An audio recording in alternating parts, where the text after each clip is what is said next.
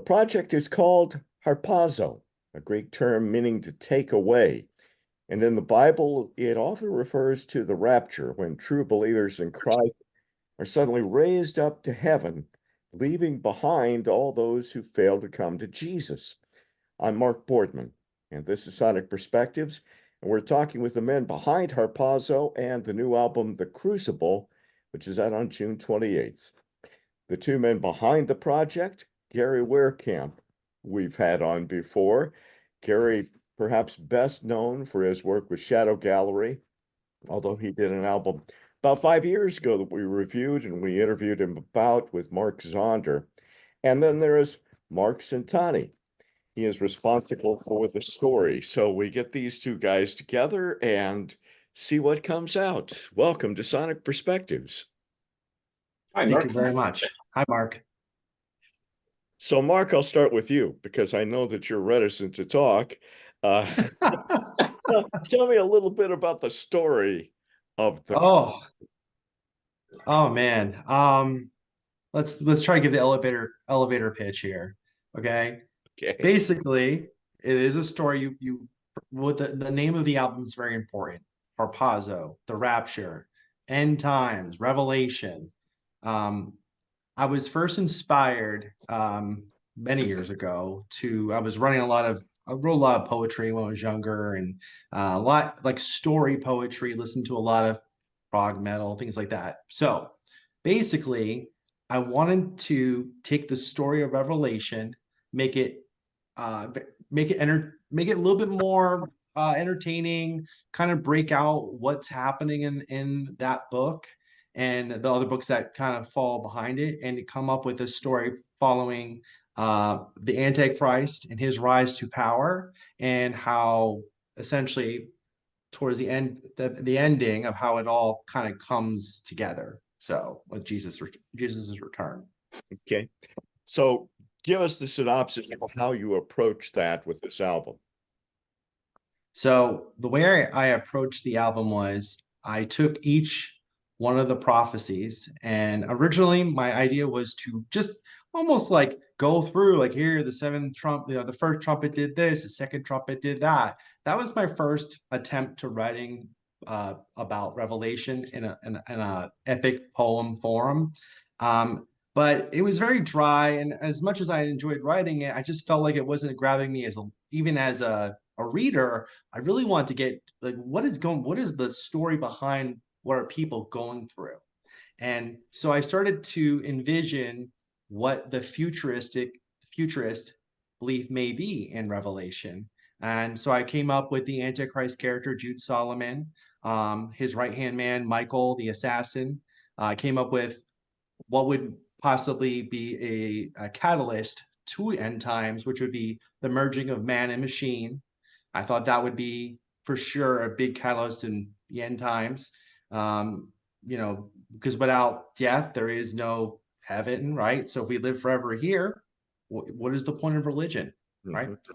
So I went from there, and then I tried to break out by prophecy by songs, introducing different characters that appear in Revelation into the story, like the two witnesses and things like that. Mm-hmm. What impressed me beyond the music and the story, your terminology. I mean, how many people are going to know what Harpazo is, or Ichor, or Talos? How did you manage to come up with those terms? Were they part of your Bible study, or yes, what? It was part of my Bible study. I was just on the lookout for basically the original text of the Bible written in Greek, and I just wanted to see what they called it. And I saw the word, and it really stuck out to me, Harpazo especially. Instead of calling it the tribulation, which I could have called it, I went with the crucible instead. I thought that was definitely a more appealing word. I always loved that word, and the original play was pretty good. The movie it had nothing to do with that, of course, but I just loved the word, and it obviously meant going through a hardship. And I'm like, that's a good example of what the people are going to be going through in the story, a hardship, all people, before the world is made anew again. Mm-hmm. Gary, from your standpoint, there's a bit of a story behind you and Marc coming together on this project. Tell me a little bit about that. Yeah, it goes back quite a while. And Marc, you were probably like 21, and I was a aging middle-aged man already. But hey, we got together to talk about music, or I guess a little more specifically, some guitar lessons. And that's kind of how it started for the first couple of years, just guitar lessons, until we got into, maybe getting more into riff-based things. And just as we got to know each other, I got to know what his musical styles were, and I think he knew a little bit about where I was coming from. So it started there, and it kind of turned into let's record a song, and then it was discussions of wouldn't it be cool to make a record, and I think you mentioned recently that I just finished that Amaran's Plight album. Yeah, and I played just some of that, and so we were like, well, why not? Let's make a record, and that's what got us started. Was it easy moving from a teacher-student kind of relationship into colleagues, if you will, partners in working on this? Yeah, it was no problem at all, because I think we're all kind of teachers and we're all students. And even as a teacher, I'm happy to play that role. But I remember being on the learning side and trying to be inspired myself. So as a producer, it doesn't matter if I was his teacher first. My job is to inspire him to do his best while I'm doing my best. So no, it wasn't difficult at all. It was pretty smooth. Mm-hmm. Okay, maybe not difficult for you, but you were like my hero, okay? I'd ask you all the time. I was a big fan of Shadow Gallery, right? And it's funny how we all met on MySpace, if you can imagine, back in the day. And I was really grabbed by Gary's bio. He went into a lot about how he teaches and his faith and things like that. And I was reading him like, oh my gosh, this is like the teacher I want, the teacher. And it's a band and a member of the band he's only an hour away from me in North Jersey when he was in Stroudsburg. So when we started off as a student, I was so nervous because here I am, a big fan of Shadow Gallery, and my first lesson's like, all right, play me something. And I remember what Gary said to me, and I'm sure you don't remember this, Gary, but you said to me, obviously it's very memorable. You go, "You're better than I thought you were going to be." That's what you said to me. I don't know. I was like, I don't even know what that means.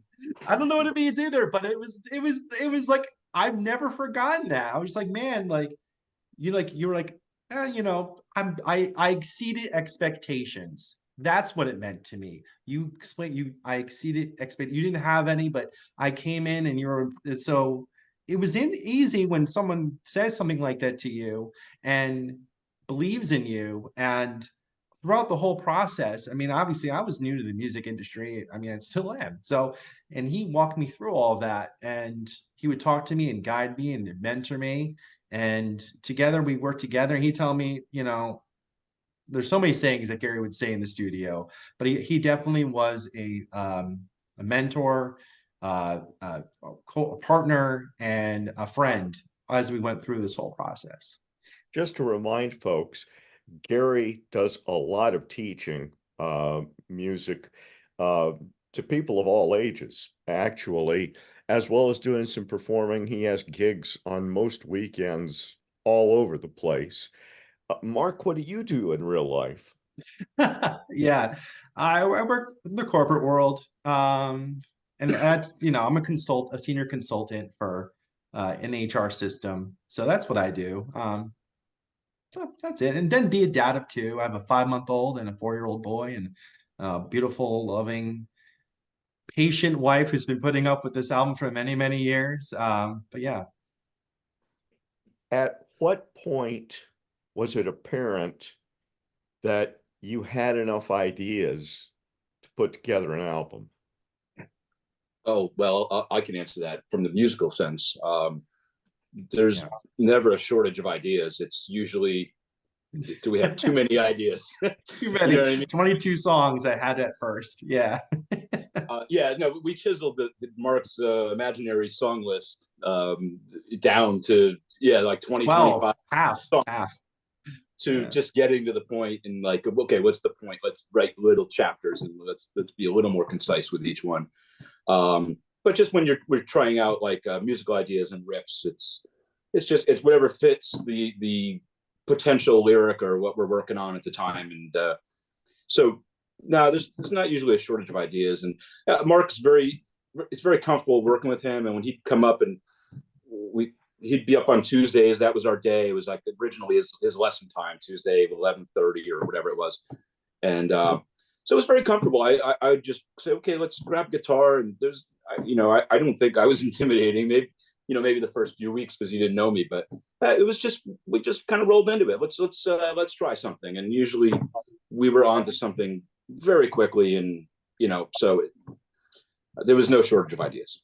When I've talked to composers, to guys who are in music and come up with musical thoughts for a particular album, sometimes they're able to pull on stuff that they've had stashed away for years. They just haven't found the right context to plug it in. Was that similar here, or was it all basically new? Wow, here's this thing about I-chord. That sounds good. Yeah, musically it was original. I didn't really draw from anything, but you always end up sounding like yourself. And sometimes you're like, wait a minute, I must have stolen that for myself at some point.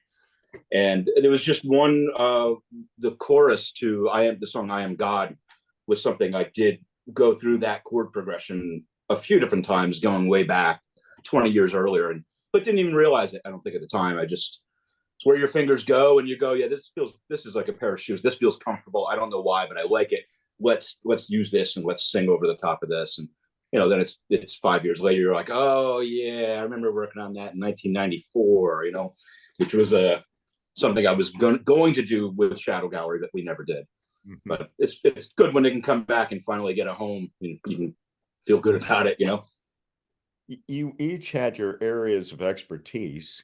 You, Gary, with the music, you, Mark, with the lyrics.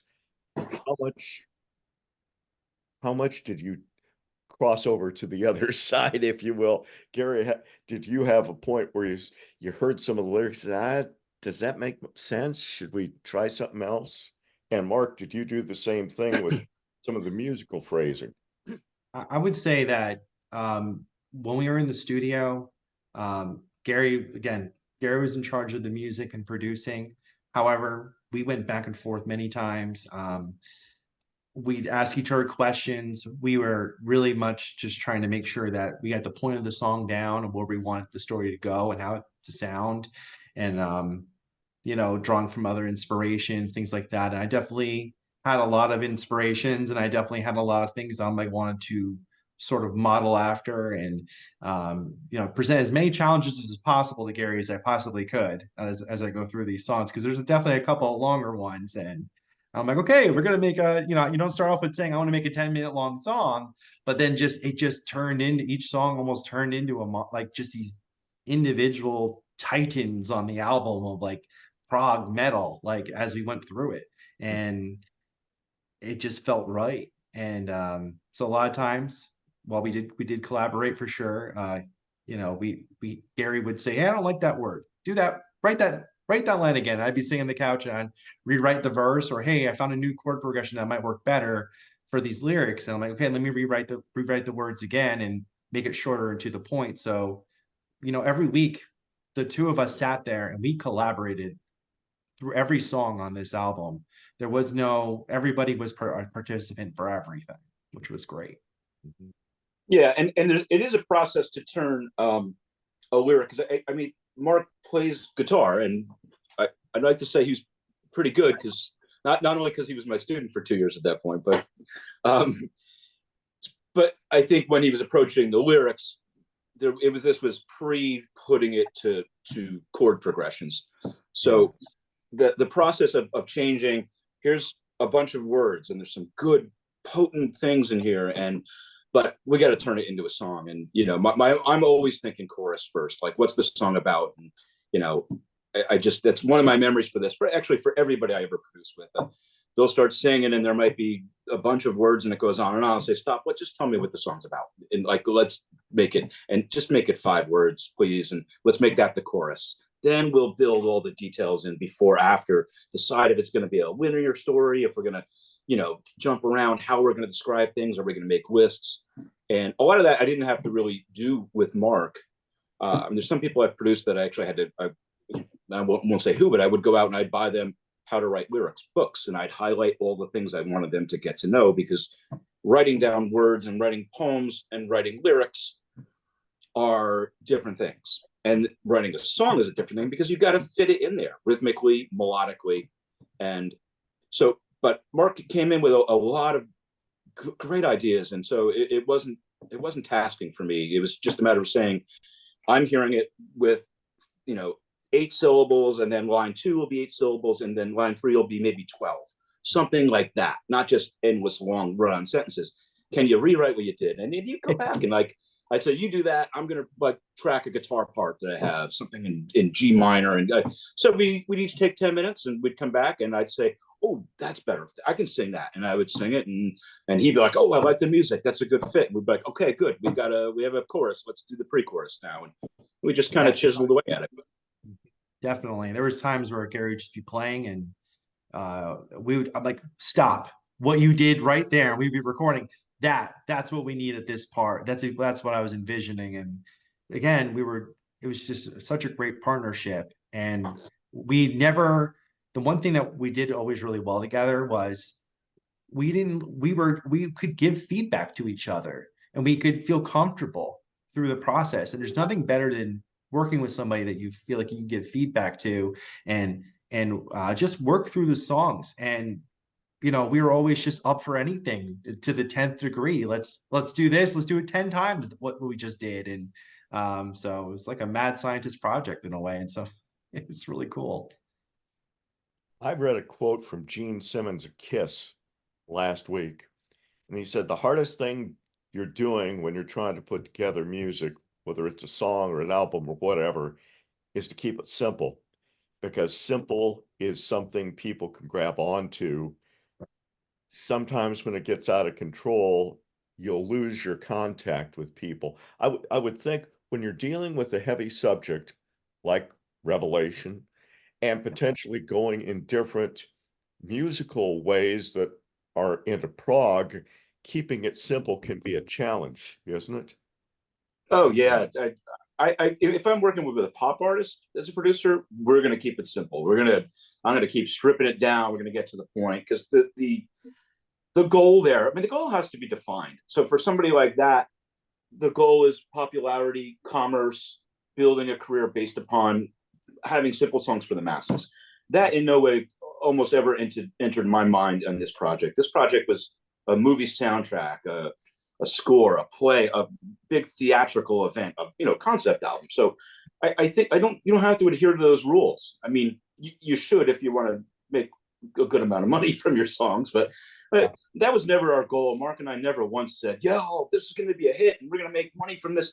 We've never said anything close to that ever. It was, let's reach people with potent emotional musical passages and lyrical passages and just make it a good fit. I would think, Marc, for you, when you're putting together words, you can put in some challenging ones that people may not be familiar with right on first hearing, but you want to keep the ideas basic enough that they get the message across in a way that people can understand, and still may have questions about it and still contemplate it, but they still get the basic idea with the lyrics.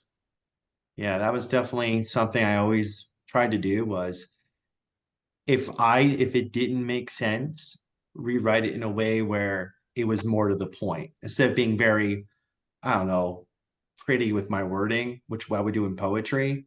I had to scale back the way I would write a little bit, especially when I'm writing the way people talk, or the way people are going to communicate, and the way the story is going to be written. I would have to sometimes make it a little bit more direct, because I'm a big fan of, give you an example, like Dream Theater's Kevin Moore's lyrics on Awaken and Images and Words. Oh my gosh, the lyric writing is absolutely fantastic. And long as time, that's how I wanted to write. But I went to go write the album kind of from that perspective of kind of like that, like more metaphors and things like allegories and things like that. And I had to stop doing it because it just wasn't working for what I needed to write.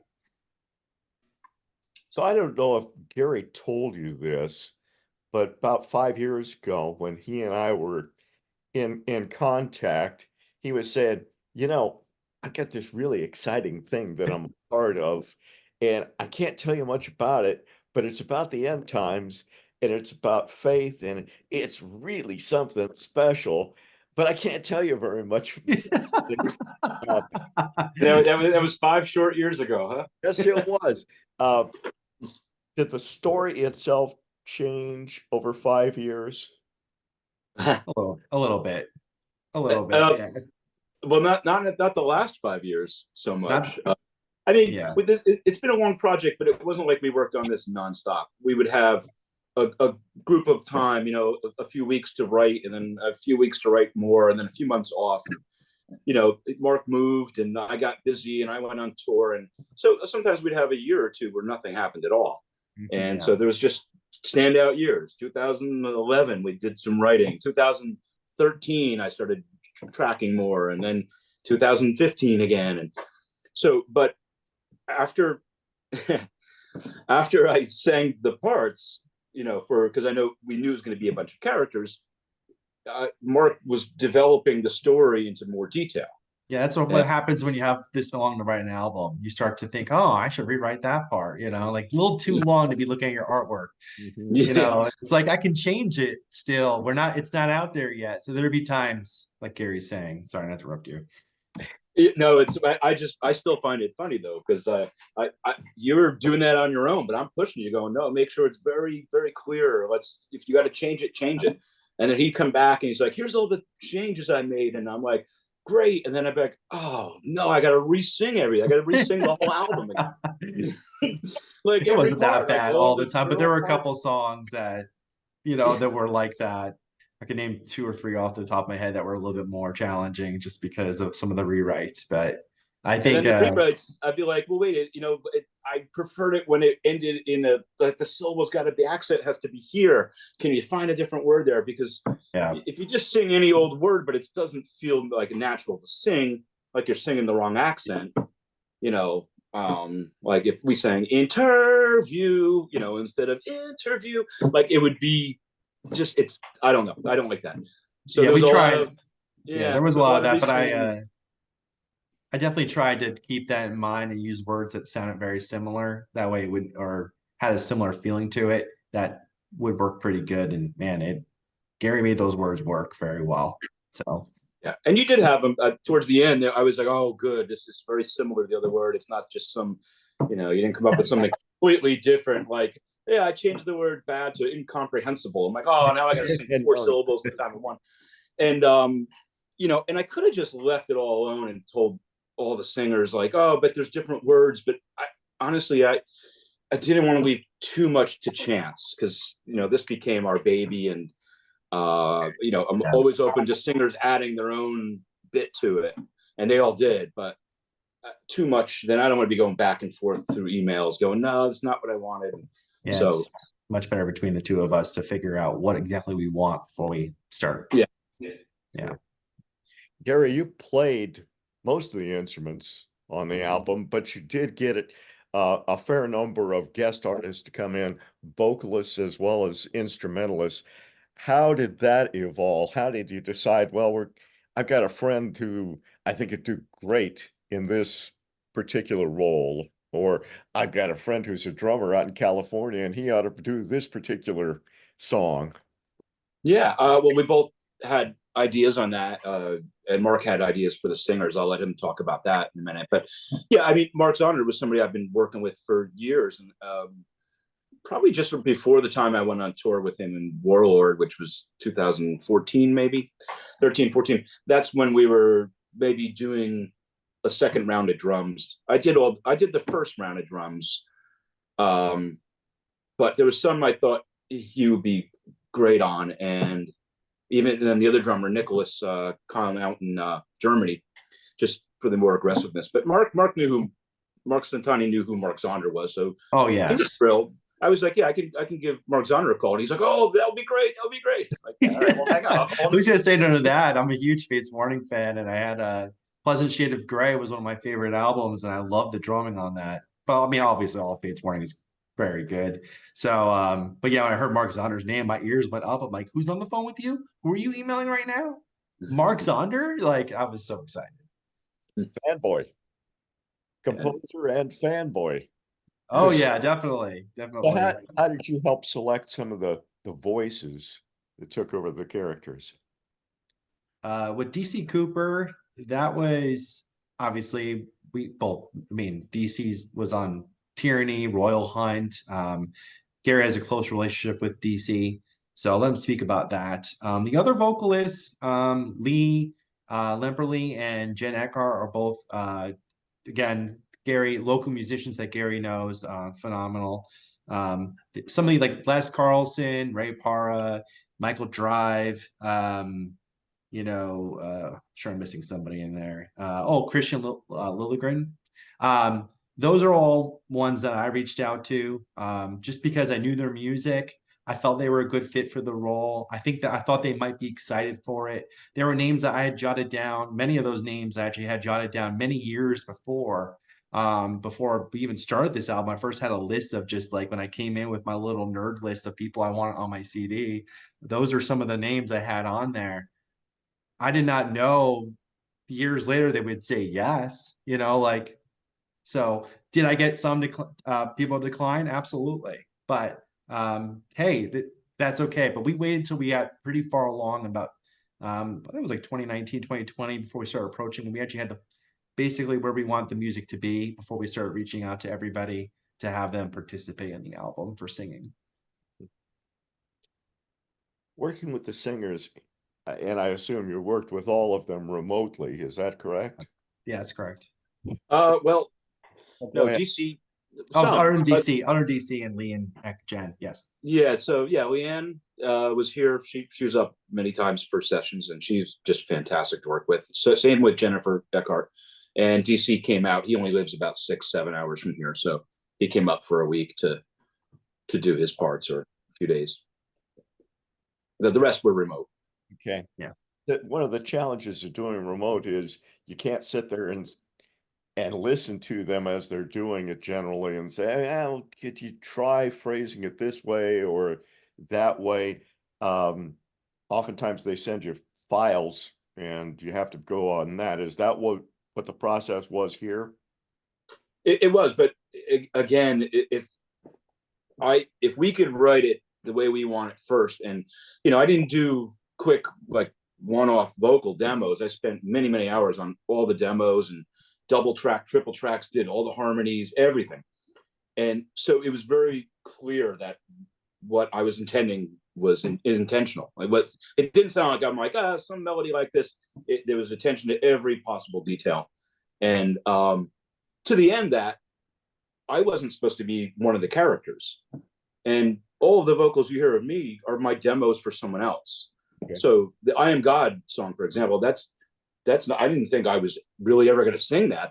But that's how I wanted it sung, with that expressiveness and that kind of aggressiveness. So I knew I had to nail it on a demo if we were going to give it off to someone else, because I didn't want to really have a lot of time of going back and forth. The collaboration was between Marc and myself, and that may sound selfish, but we kind of knew where we wanted to go with it. And so that helped. And all the singers were great. And there was always leeway, on lines. And DC Cooper, of course, has great ideas. And so there'd be discussions, especially when the people were here.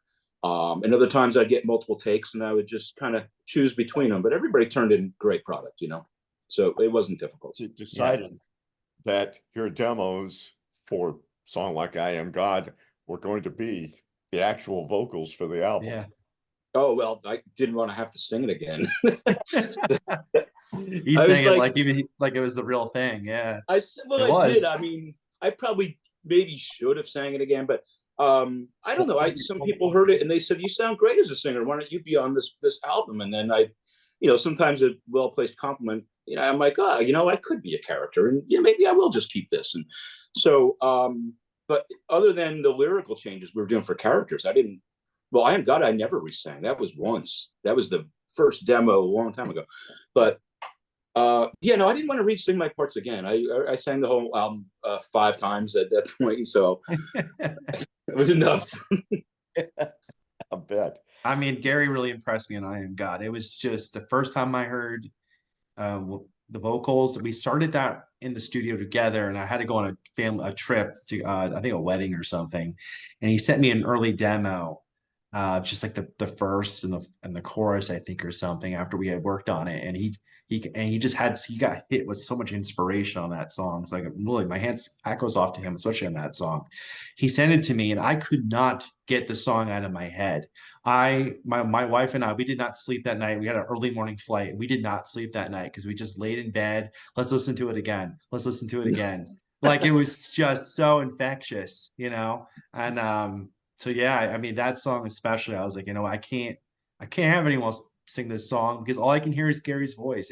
He just was the perfect voice for that character. So at least for me. We should mention too that I Am God, first single and video from the album, dropped a couple of weeks ago or so. That's correct. How did the video come about?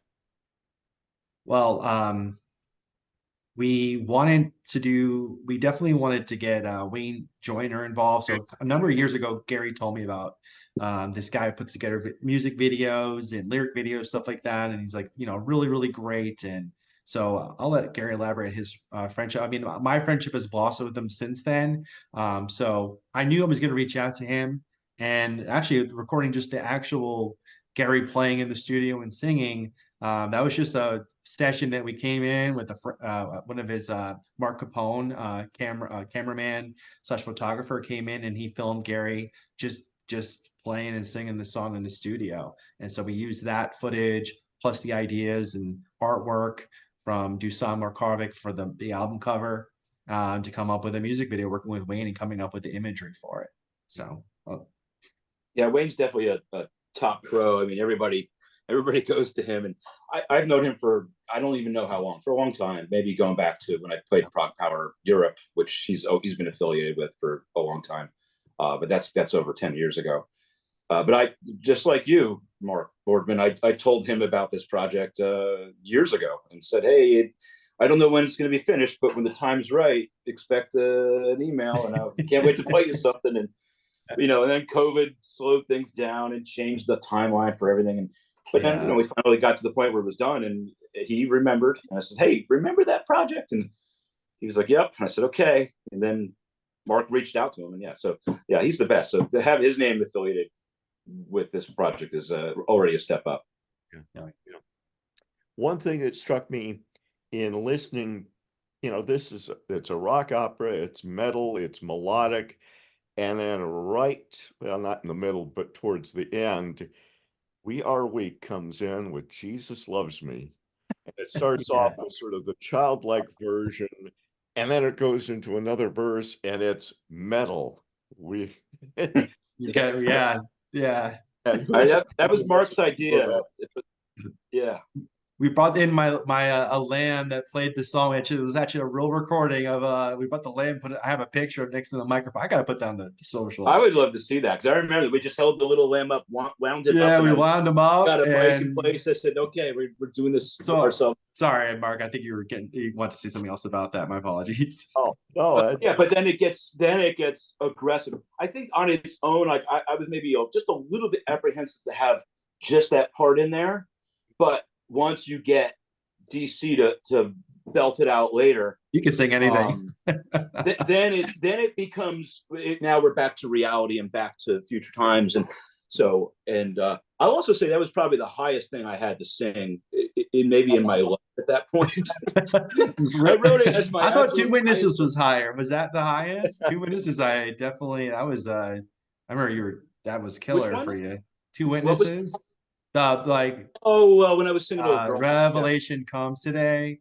Yeah. I think the Jesus Loves Me thing. I just remember my head, like it was probably early morning and my head was kind of exploding, but I was like, oh yeah. I have to go back and listen to your version. It's been a minute. So yeah, it's gonna be weird to hear that now. I know, it's crazy. Whose idea was it though to use Jesus Loves Me? That was mine. That was totally me. Basically, this whole album is it's definitely a very personal album for me, because when I was going through I was running for a news company, and I started reading a lot. I mean, I was kind of just a punk kid, just working at Walmart, and started working for my father's news company. I started running stories and just kind of learning about the news, and I'd have to publish commentary a lot of times. And so, anyways, I started to find faith, honestly, in God. And when I was a kid, I had the little lamb that sang that song, and I never forgot it. It always made me cry. It just, that song just, it made you feel safe, loved. It just brought, always, it meant something to me. So I, for whatever reason, I just thought, I was listening to gosh, and again, I'm a fan too. So I like Camelot's Black Halo. There's a song called Abandon on there, and it kind of leads up into this really epic section. And I'm like, oh my gosh, like this, I don't want, obviously not be exactly like that, but it would be cool if we did Jesus Loves Me like that. And I'll rewrite some words. And I'm like, I mean, in my head, I could see it, but I had to convince Gary that it was cool. But Gary didn't hesitate at all. I was like, all right, let's try it. And we went right into it. And but yeah, we definitely wanted to do something different. And I think we accomplished that. I would agree. Although I have to admit, when I grew up as a child, yeah, Jesus Loves Me is nice and comforting, etc. But throw in that metal edge and it gets a little uncomfortable after a while. Yeah, that's a good point. It's a aggressive Jesus loves me. Well, he's saying it like, he's about to be put to death. And Yeah, this yeah. is he's telling them, like, I don't care what you do to me because I have faith in Jesus. And yeah. I suppose I should ask this. What has this project, as long as it's gone on, what has it done for your faith? Has it changed it? Has it developed it? What has happened over all these years? A great question. I don't think it's changed mine too much, but definitely probably strengthened it in some areas, and maybe think more about, like, in the future, like the value of having faith in something. And faith, hope, love, all these things they're necessities to to fight a changing world, I think.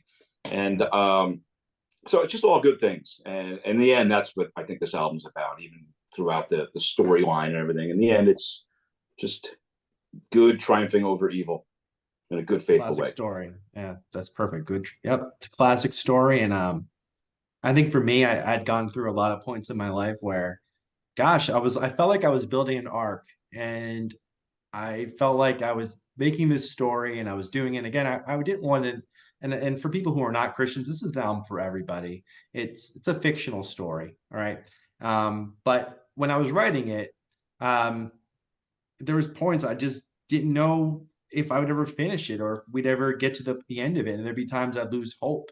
And there'd be times that something would happen and I wouldn't give up. And I had family and support, and my wife especially, and people just asking me, like, is it, are you still working on it? I'm like, yeah, and then there was a really hard point halfway, I don't think it was 2016, 2017, I think, when Gary went after, I think, remember when you called me or you had that horrible tragedy happen to you, and you told me that we didn't lose the album, that you still had them on the hard drive. It was one of the last things that still survived the wreckage, right? Man, I felt like, man, that if that's not divine right there, I mean, it survived that. I mean, God's saying something. Do it. Don't Yeah. don't look back. Give it your all. And so yeah, I mean, there are times I listen to it and it helps me. It's been a story of my own faith and me just coming back to it and remembering forgiveness, redemption. It's never too late. Love, happiness. There's a good ending that's beyond more than my bad day at work. There's something more to this world than just we're just spinning endlessly. So. And I think Gary mentioned one of the aspects that is really important as we get to the end of the album, and that is hope.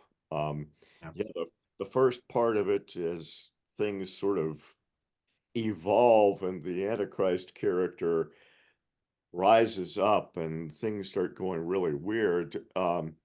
If there's no hope, by the end of it, what's the point? There's got to be some. It's a tragic journey without hope, you know. You only get a glimmer of it really towards the end. If not, Yeah, everyone's been basically, yeah. And it's nice to see. I mean, I like character transformation, and there's a good amount of that, because we all learn our own lessons in time, and we all learn through experience. And even in this futuristic story, you know, there's character development quite a bit, and in the end, they come to terms with themselves, and that's, you're always going to have to be introspective at some point and decide what really works. And you know, this album is about God, it's about Jesus, but it's not pushy in that sense. It's not saying this is what you should do. And yeah, you know, Mark, I know you're a pastor, so this is odd for me to say to you, but I haven't heard really you say it that way, like this is what you must believe. It's like we all still need to have that choice, but you know, information behind that choice is very important. And but I think this album accomplishes enough. It can open up some doors to some people. To some people, it could just be a story. To other people, they're just going to like the songs. But I think no matter what your angle is, there's a lot there. But it wasn't until I really got to experience this album on all levels of that, which, believe it or not, wasn't till recently, because I was so ensconced in the mix and what do we do with the guitars and what's the snare sound going to be like for this chorus, that I kind of stopped hearing the lyrics because I heard them so often. And just recently, I started listening and I was like overtaken with emotion, going, "Oh my gosh, this transformation is so powerful." thanks. So what do you two hope results from this album? I mean, we know that for anything like this, it is a niche market, that putting together live performances of groups, especially people who live apart from each other, is difficult. Hoping to get accomplished. I hope everybody who's on this album just moves closer to me, and then we can figure out how to get the rehearsal started. Yes, right. Now, I have a drummer who I don't tell you, Mark, too often, but his name is John Zotti. Great musician, just fabulous. Not just a drummer, songwriter, producer, plays everything. And he keeps texting me going, when can I audition for the drummer role for the live tour? And because he loves it, and he does backup vocals on what song is it? The second or third song. But he's part of it. But it's really nice to see people like saying, "Well, let's get this on the road," and you know, maybe we should. But I'm not going to say more about it. Right. I will say this: my vision started off with just making an album. Since then, like, we would love it. Oh, sorry. I'm sorry, guys. Very sorry. This is where we. I would say for me, the evolution of the album, what I want people to get out of it. Obviously, I want to be entertained, them to be entertained. I remember when I'm a huge fan of Lord of the Rings, and I saw the ending of oh no. So I'm a huge fan of Lord of the Rings, and I saw the ending of the Two Towers where the white horse rides down and conquers the armies. And I'm like, that looks awfully familiar to different imagery. And I was reading Revelation 19:19, and there it is. And I'm like, man, we have a story, I think, in Revelation that has not been told to the level that it could be told, whether it's a prog metal, whether it's a movie or a TV show. And again, a lot of shows have come out, but really, it's a really hard time in Left Behind series, things like that. But I feel like in there, somewhere, there's something that can be told that I think would resonate with so many people. And that's my belief. And maybe someday it'll go to different levels. But right now, I think the album's a great start. Is it a point where you're feeling relief after everything? Yeah. Relief of what the album's done. Relief of what? This is way more stressful, actually. Making the album is that's the fun part, or easy part, I guess you could say. Now it's like, okay, now we got to talk about it. Now we got to try to hopefully deliver a message that it's appealing to listeners. And right now the hardest thing is sharing the music, and there's not much out there, and just trying to get people to listen. That's always the hardest part of the music, I think, as a musician, as an artist, is get people to see it. So that definitely is stressful, but I think we're doing pretty good. Well, I think you did very well with the album. I've heard the whole thing, and it really is an excellent album musically and lyrically. And for me, as a consumer, if I'm forced into a corner where I have to think, where I have to internalize some things and say, what does this mean to me? How does this impact me? Am I on the right path? That sort of thing. That's the kind of album that I glom onto and make numerous listens to, as opposed to giving it one spin and saying, "Oh, that was nice. Thank you very much." So, yeah, that's my fear, is that somebody will only hear this once and they'll miss it. Not my fear, but it's progressive rock. They're not 2-minute songs, so you almost really, you can't get too much. You're not going to get it after a listen. You need to make a little bit of an investment if you're willing to do so. Yeah. And I know we're sitting here talking positively about it because we're excited, but I'm not the judge and jury on what this album, what it's out. I mean, people are going to like it or not, and that's up to them. But I absolutely have been the judge and jury on if I like it.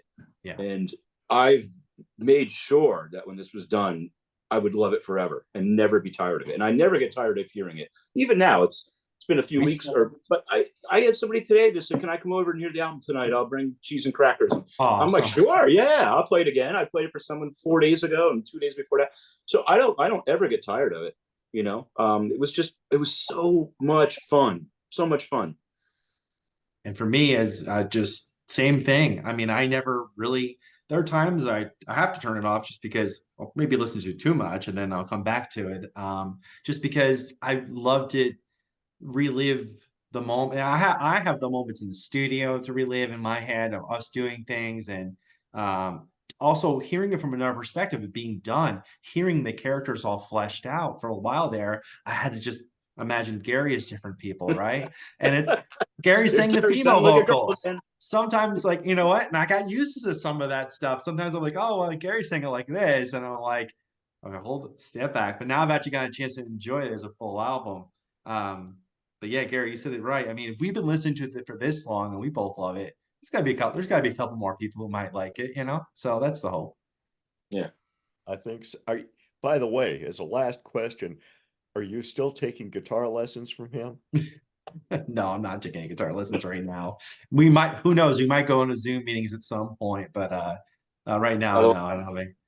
It would be like a 18-hour drive otherwise, instead of 1 hour. It's really hard with the 5-month-old and a 4-year-old, and so it's just like, where do I find time to play? And I try to play at least. A teacher once told me to play 45 minutes a day. I don't ever get to that level, but I do give it a few minutes a day when I can. So, Well, I hope that this album does well in so many respects, and I greatly respect the path that you have taken over the years to reach to this point, and congratulate you on that. The group is called, it's actually more of a project. We'll call it Harpazo.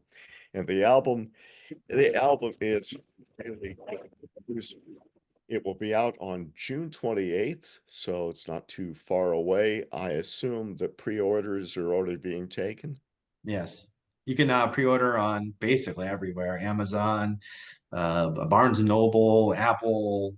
So yeah, basically anywhere you can find the album now. And the CD comes out on July 5th in the States, just so you're aware. Internationally, the album comes out everywhere on the 28th digitally and physically internationally. And then Rock Shock's record label is the one we paired up with this, and they're handling a lot of the distribution.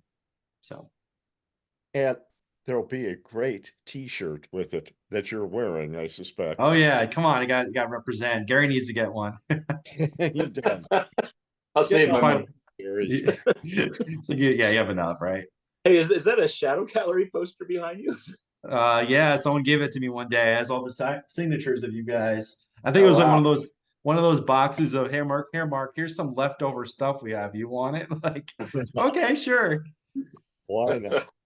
Well, Gary and Mark, thanks very much for your time. and for talking about Harpazo and the Crucible. Appreciate it very much. Thank you very much, Mark. I so appreciate it. Yeah. Thank you for your interest in this. And you were definitely one of the people I knew I wanted to talk about this for a long time. So thank you for taking the time to discuss it with us. Well, it has been a long time. It's been about an hour. So oh, this has been off the rails fast. This is for Sonic Perspectives, and I'm Mark Boardman, contributor to that website. And for the latest news, music news, interviews, and reviews, go to sonicperspectives.com and check out Harpazo and the Crucible.